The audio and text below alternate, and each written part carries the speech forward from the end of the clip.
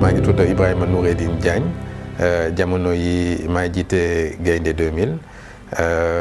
nekk naa ci lu toll si ñaar fukki at léegi ci wàllu jàng lu nekk ci jënd ak jaay loolu laa jot a jàng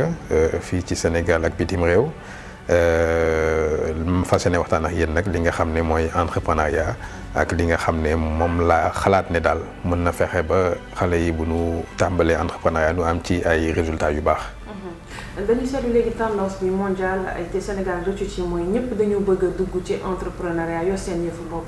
mais est-ce que ñëpp ñoo mën a nekk entrepreneur. waaw entrepreneur nag moom benn taxawaay la boo xam ne dafa laaj nga mën a sacrifier sa bopp ngir li ngay liggéey que li ngay liggéey gënal la sa bopp bon waxin la rek mais booy entreprendre moom da nga jël sa bopp teg si ginnaaw jàpp liggéey bi teg ko si kanam parce que entreprendre dafa jafe. waaye lu ci njëkk nag du ne am naa xalaat bu rafet rek xaama dem entreprendre moom li tax ngay mun ci réussir mooy nga am client mooy li ñuy woowee marché moom ngay jaay warul jugee ci sa xalaat yow kese nga ne ah man de lii sopp naa ko kon xam naa ne ñëpp sopp nañ ko waaw loolu moom risque la booy décider ne da ngay entreprendre lu ngay njëkk a saytu mooy lan la nit yi soxla te amuñu ko wala lan la ñu soxla te nun ko amee matul mun naa ko matuli boobaa nag di nga mën a taxawal yow li ñuy wax sa offre de service nga xam ne am na ñoo xam ne nekk nañu def ci seen xaalis ngir am li nga xam ne yow loolu ngay jaay loolu nag boo xasee ba taxaw foofu nag ñaari yëf ngay soxla bu njëkk mooy xam-xam bi tax nga mën a def offre de service boobu ñaareel bi mooy financement yi nga xam ne moo la mën a yóbbu ba nga xam ne di nga ko taxawal ba yegg fi nga bëgg a jëm. lan la nga xam ne entrepreneur waru koo doxalee bu bëggee ci li mu dugg mu sotti. waaw entrepreneur nag moom bu bëggee lu mu dugg sotti ñaar yu ma njëkk a wax ci la dama ci delluwaat rek door a dem ci kanam mooy benn bi bu mu yem ci xalaatam ñaareel bi na jàpp ne course de fond la maanaam bu fekkee ne da nga am loo xam ne daal mën nga fay sa loyer yeeg wala mën nga fay ñu nge sa salarié yi ak ñetti weer juróomi weer rek nga tàmbali. am na ni muy demee balaa yow sa client yi di jóg pour di la fay ba nga xam ne yow lu nga investir di nga ko jot dina fekk yow mënatoo loolu nag mooy danger bu gën a rëy mooy nga am moyen daal yoo xam ne dafa tuuti boo dowee ñetti weer wala juróomi weer rek amatoo dara fekk nag jamono boobu nag la nit yi soxla sa produit qualité bi pour jënd ko loolu mooy erreur bi nga xam ne nag boo moytul mooy bu gën a jafe donc da ngay ut toujours sa financement daal na xaw a yaatu. waaw bul yem ci ay ñetti weer bul yem ci ay juróom benni weer fexeel ba yem ci at wala lu ko ëpp nga xam ne loolu di nga am temps développer sa marché te tam loolu boo amee financement boobu du pour ay fay wala ay defar lu rafet jënd bureau bu rafet ak yooyu yëpp yow na nga ko def yëpp ci liggéey bi loolu moo am solo ndax liggéey bi moom mooy nar a jur ëllëg teranga bi nga xam ne nag di nga mën a am yooyu yëpp nga xam ne moom nga sopp donc daal nekk na daal li ma xalaat ne mën na dimbali entrepreneur bon ñi nga xam ne nag dañu nekk ci yoo xam ne fii dañ ko fekk mooy par exemple nga ne damay jaay mburu wala damay def lii nga xam ne yàgg na fi ñooñu xëy na boobu gën na yomb ndax boobu da ngay xam rek ne gox bi boo fi nekkee di jaay mburu ñii jaay mburu xam nga ba pare naka lañ ciy génnee naka la ñuy liggéeyee naka la ñuy amee seen bénéfice mais nag boo demee ne man damay indi xalaat bu bees foofu moo jafe parce que boobu xamagoo amul kenn ku la ci jiitu nga ne kii nii la defoon su ma defee nii am lele donc lépp si yow lay wékku boobu nag moo gën a jafe mais tam boobu tam bii fay moom la fay bi ëpp ndax boobu tam mooy risque bi mooy dugg nga ci loo xam ne kenn jiituwoo la ci mais nag li nga ci war a taxawee boo ko taxawee su lay indil teranga tamit dina la indil teranga boo xam ne joxagu ko kenn. wax nga ñaari ponk yu am solo mooy risque ak échec lan ñaari termes yooyu lan nga ci mën a wax ci entrepreneuriat dafa parce que dafa mel ni mënoo entreprendre te doo jànkonteel yu mel noonu ñaari ponk yooyu. loolu moom lu am solo la parce que dafa mel ni si jàng sax xam nga nit bu leen ne jàng maa jël P fu nekk xëy na am na benn bu mu jël daara te waxu ko mais lépp loo gis rek da ngay yéeg di wàcc rek amul benn boo xam ne da ngay yéeg di dem rek entrepreneur nag dañu ne lu ci ëpp buñ koy tàmbali bu njëkk bi du sotti parce que boobu nag moom la ñuy am leçon yëpp yi ñuy jàng ne lii de waruma ko def lii waruma ko woon def ak leneen donc dañu ne ñun suñu culture loolu la ñuy wooye échec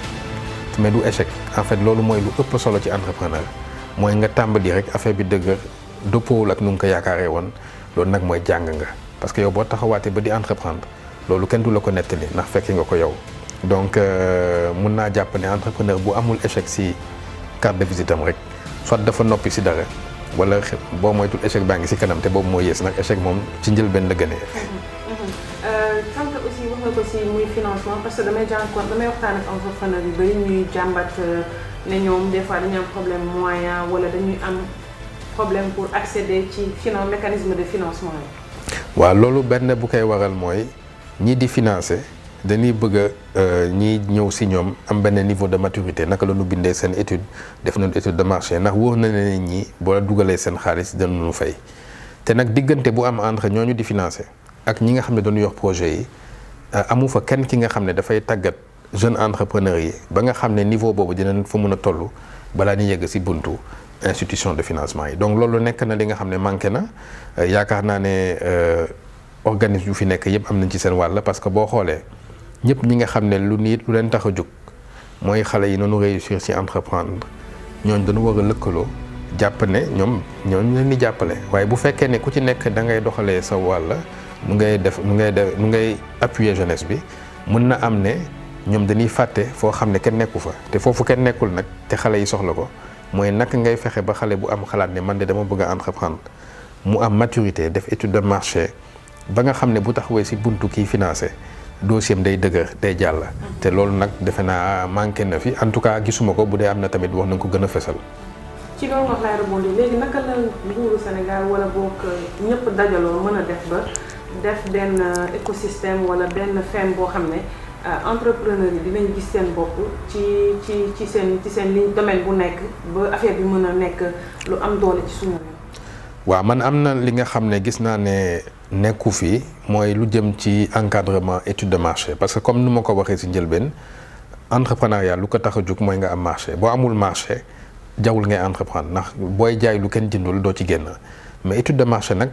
xam-xam la il faut que nit yi nga mën a xam ne dëkk bi gox bi wala ñu am at bi wala ñu dëkk fii nii leen ni jëndee te mën nañu def lii ci xaalis bu fekkee ne man service bii laay jaay loolu nag boo ko amee boo xoolee dëkk yu développé yëpp yooyu sax dafay disponible ba nekk ci agence yi nga xam ne ñooy gérer données yi ak statistiques yi ñoom dañuy ñëw rek jël xam ne lii doon soxla mën a dem Sénégal nag defe naa ne loolu kenn fësalu ko daal xale yi daal du ñu xalaat ne étude de marché c'est important te tamit amuñu compétence yi ndax étude de marché du nga jël ay ñetti nit rek ñu dem ci marché bi di poser questionnaire technique la am na ñi nga xam dañ koy jàng donc yaakaar naa ne aujourd'hui benn organisme boo xam ne dafay non seulement professionnaliser étude de marché yi am ci ay données yoo xam ne c'est disponible pour les jeunes d'une part ba pare nag di recevoir ay fonds pour accompagner leen ci seen étude de marché loolu defe naa bu amoon dinañu wàññi projet yi nga xam ne du sotti te projet yooyu dul sotti xaalis boobu ni ciy def suñ ko defoon ci agence boobu kon projet yi sotti yi day gën a yaatu te projet bu sotti rek mooy day jur yeneen projet ay emploi ak lu ci nekk donc yaakaar naa ne suñu xoolee foofu am na lu ñu war a mun def mu jëriñ askan bi. laajoon naa la ko ci nasaraan ban anecdote ak yan jafe-jafe ngeen jànkonteel bi ngeen di lancer Gaïndé 2000. waaw loolu moom question bu am solo la parce que Gaïndé 2000 man comme ni nga ko waxee bu muy tàmbali amul dara doon ne rek taxawal leen plateforme bi pour que opérateur économique yi mën a def seen import export donc amul dara loo xam ne dañ ko jël ci kenn mu sotti pour yeggali ko donc dañu ñëw tàmbali. amuloo dara employé yi nekk les premiers ku ci nekk sa métier nga inventé ko ba tollu fi nga xam ne nag kenn yi da ngay xel ñaar yeneen waa lii mbaa dina sotti parce que jaaye ko xam nga tant que amagoo client bu ñëw jënd rek yow sa xel du dal da nga naan mbaa man du ma xalaatee nii ak ñii dina sotti wala du sotti te lu ci gën a doy waar mooy comme Gaïndé 2000 ni ma la ko la waxee sànq du lu moom du sama alal dan ma ko sant pour ma liggéey ko donc loolu mooy gën a ti jafe ndax sax yow boo amee sa alalu bopp boo ko yàqee yàq sa bopp rek la waaye buñ la dénkee alal boo xam ne moomuloo ko boobu day gën a diis ci sa xel ak ci sa mbàgg daal donc nekk na ay waxtu yu jafe yi nga xam ne bi ñuy tàmbali mission bi loolu moo fi nekkoon mais après da ngay dem ba transcender ko mais du jeex nag comme ni ma ko waxee moom entrepreneur waaw moom daal dañu bind noppalu bind entrepreneur parce que entrepreneur moomul noppalu liggéeyam dafa jafe lool ndax toujours rek am na lu muy jànkonteel te moom wax dëgg yàlla man ci ñu ma gën a naw ci société bi entrepreneur yi la wax dëgg yàlla ndax xam naa ne seen liggéey yombul mais ku ci nekk rek na nga xam ne du taxaw daal même boo taxawalee sa entreprise ba mu kawe ci ngay gën a am jafe-jafe sax ndax boobu da nga koy war a téye fu mu nekk wala nga gën ko yokk te loolu moo gën a ti metti sax xanaa taxawal entreprise ci njëlbeen. mais nag rek xam nañ ne nguur moom moo nekk ci bopp lépp. ñoom lan mooy seen rôle ci soqali entrepreneuriat ginnaaw ñu bëri jublu nañ ci fi mu toll.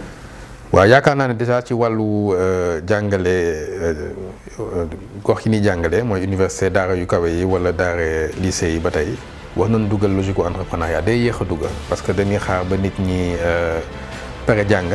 ñi naan boo amul liggéey demal entreprendre te loolu moom defe naa ne nekkul bu baax ndax entreprendre doo ko def par défaut doo ko def ndax ñàkk a pexe da nga koy def ndax da nga ko bëgg ak da nga ko mën te loolu nag dafa war a gën a taxaw si li ñuy jàngal xale yi bu njëkk.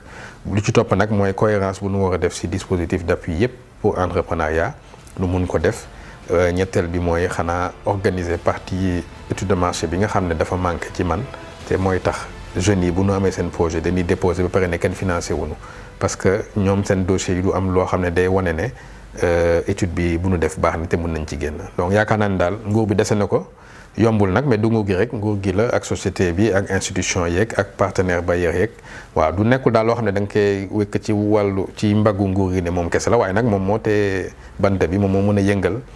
mbir yi mais du pexem kese moo mën a régler problème yi. droit dans lay jaajëfal bu baax ba pare di sant sa émission bu rafet bi.